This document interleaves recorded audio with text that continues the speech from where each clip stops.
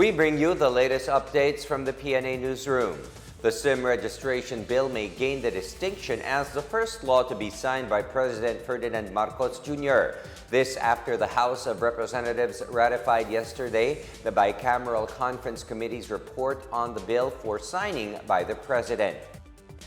Speaker Martin Romualdez said the approval of the said measure is timely amid the continuing proliferation of malicious text spam and scam messages. He said the measure may also provide law enforcers the necessary tools to resolve crimes involving telecom devices. Romualdez expressed confidence that it will not suffer the same fate as the SIM Card Act that then-President Rodrigo Duterte vetoed due to possible intrusions and violations of rights of users. The proposed SIM Registration Act mandates the registration of new and existing SIM subscribers and in turn provides full protection and confidentiality of user data. The House of Representatives approved last night on third and final reading the proposed 5.268 trillion peso national budget for 2023. The House passed House Bill 4488 or the 2023 General Appropriations Bill on the second and third reading on the same day following President Marcos' certification of urgency. On the other hand, a total of 1.196 trillion pesos has been allocated for infrastructure. Meanwhile, the health sector shall receive 296.3 billion pesos, inclusive of the budgets of the Department of Health and PhilHealth. Agriculture was allocated 184.1 billion pesos, including 29.5 billion pesos for irrigation services. The House also ratified the reconciled bill seeking to postpone the barangay and sangguniang kabataan elections from December 5, 2022 to the first Monday of October 2023. The measure would now be sent to Malacanang for President Marcos to sign into law. The harmonized version of the bill provides the holding of synchronized BSKE on the last Monday of October 2023 and every 3 years thereafter. The term of office of officials elected in the 2023 barangay and SK elections shall commence at noon of November 30 following their election. Meantime, all incumbent barangay and SK officials shall remain in office unless sooner removed or suspended for cause.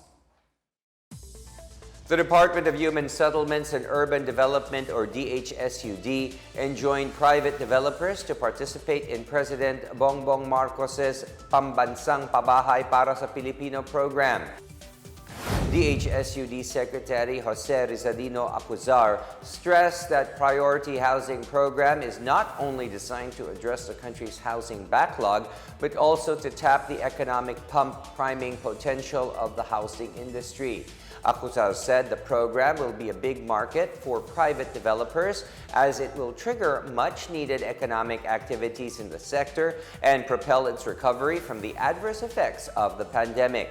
Last year, DHSUD, along with its key shelter agencies, produced and financed around 200,000 housing units. The Marcos administration's priority housing program is designed to address the country's current housing backlog, pegged at more than 6.5 million or up to more than 10 million in 2028. The government hopes to capacitate local manufacturers to become major drug producers and produce 60% of the country's registered medicines by the year 2030. The Department of Health and the Department of Trade and Industry led the unveiling of the Philippine Medicines Policy 2022 to 2030, a roadmap to strengthen the local generics industry and improve access of Filipinos to medicines. DOH Officer in Charge Maria Rosario Vergeres said that the government has been advocating for more affordable generic medicines. This is being done by providing free medicines to marginalized sectors, selection of essential medicines, and price transparency, and establishing flexible regulatory mechanisms for health emergencies, among others. Vergeres urged stakeholders, patients, and healthcare providers to help build a responsive, accountable, and robust health system that can bring timely and responsive delivery of affordable and quality essential medicine. And that is the latest and the biggest stories from the Pna Newsroom. For more news content, visit our webpage or head onto the Philippine News Agency's Facebook and Twitter accounts. We are also shown on the social media pages of the Office of the Press Secretary and Radio Pilipinas RP1. Stay tuned for more news updates. I am William Theo. We tell stories that inspire change.